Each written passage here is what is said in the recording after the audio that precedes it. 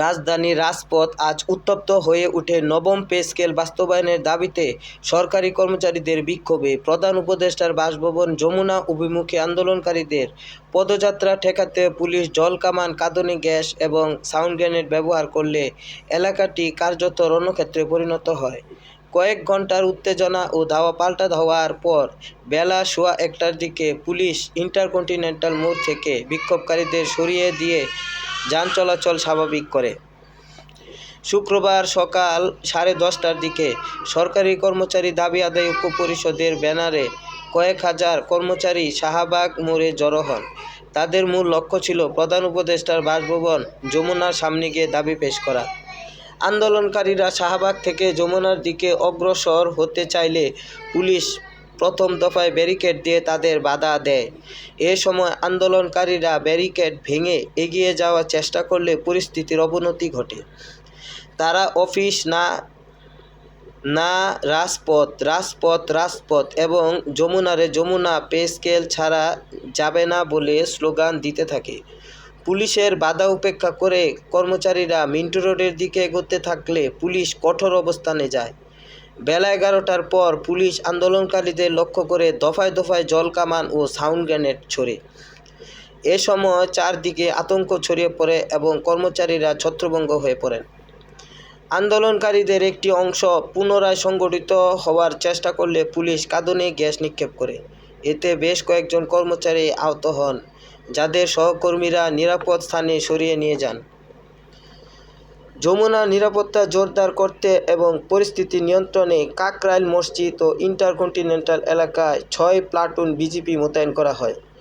দুপুর 12:30টার দিকে আন্দোলনকারীরা শাহবাগ থেকে সরে গিয়ে হোটেল কন্টিনেন্টাল মোড়ে অবস্থান নেয়। তারা সেখানে রাস্তায় বসে বিক্ষোভ শুরু করলে বাংলা মোটর থেকে শাহবাগমুখী সড়কে যান চলাচল পুরোপুরি বন্ধ হয়ে যায়। বেলা 1টার দিকে পুলিশ চূড়ান্ত অ্যাকশন শুরু করে। ইন্টারকন্টিনেন্টাল মোড়ে থাকা বিক্ষোভকারীদের লক্ষ্য করে একের পর এক সাউন্ড গ্রেনেড ছোড়া হয়।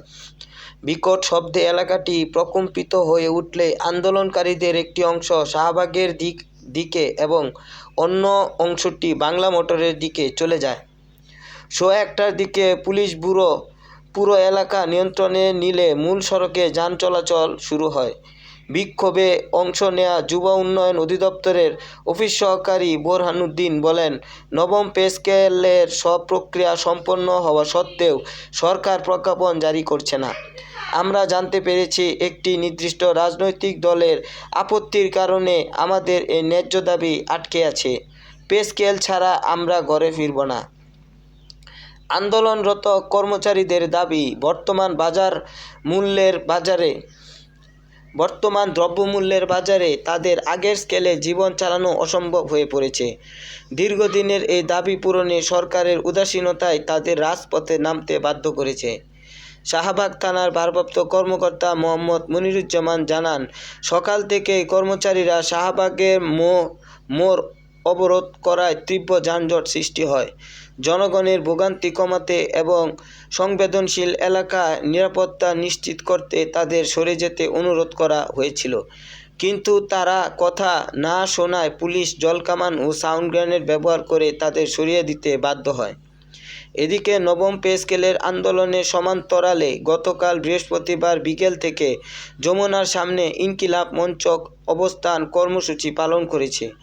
জাতিসংঘের অধীনে শহীদ শরীফ উসমান বিন হাদি হত্যার নিরপেক্ষ তদন্তের দাবিতে তাদের এই কর্মসূচি চলছে। একই এলাকায় দুটি পৃথক সংগঠনের কর্মসূচিকে কেন্দ্র করে পুরো মিন্টু রোড ও শাহবাগ এলাকা থমথমে পরিস্থিতি বিরাজ করছে।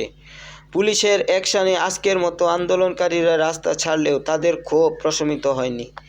কর্মচারীদের পক্ষ থেকে জানানো হয়েছে, অবিলম্বে নবম পে স্কেলের প্রজ্ঞাপন জারি না করলে তারা আরও কঠোর কর্মসূচি ঘোষণা দেবেন। অন্যদিকে নির্বাচন সন্নিকটে হওয়ায় রাজধানী জুড়ে কঠোর নিরাপত্তা বলয় গড়ে তুলেছে প্রশাসন।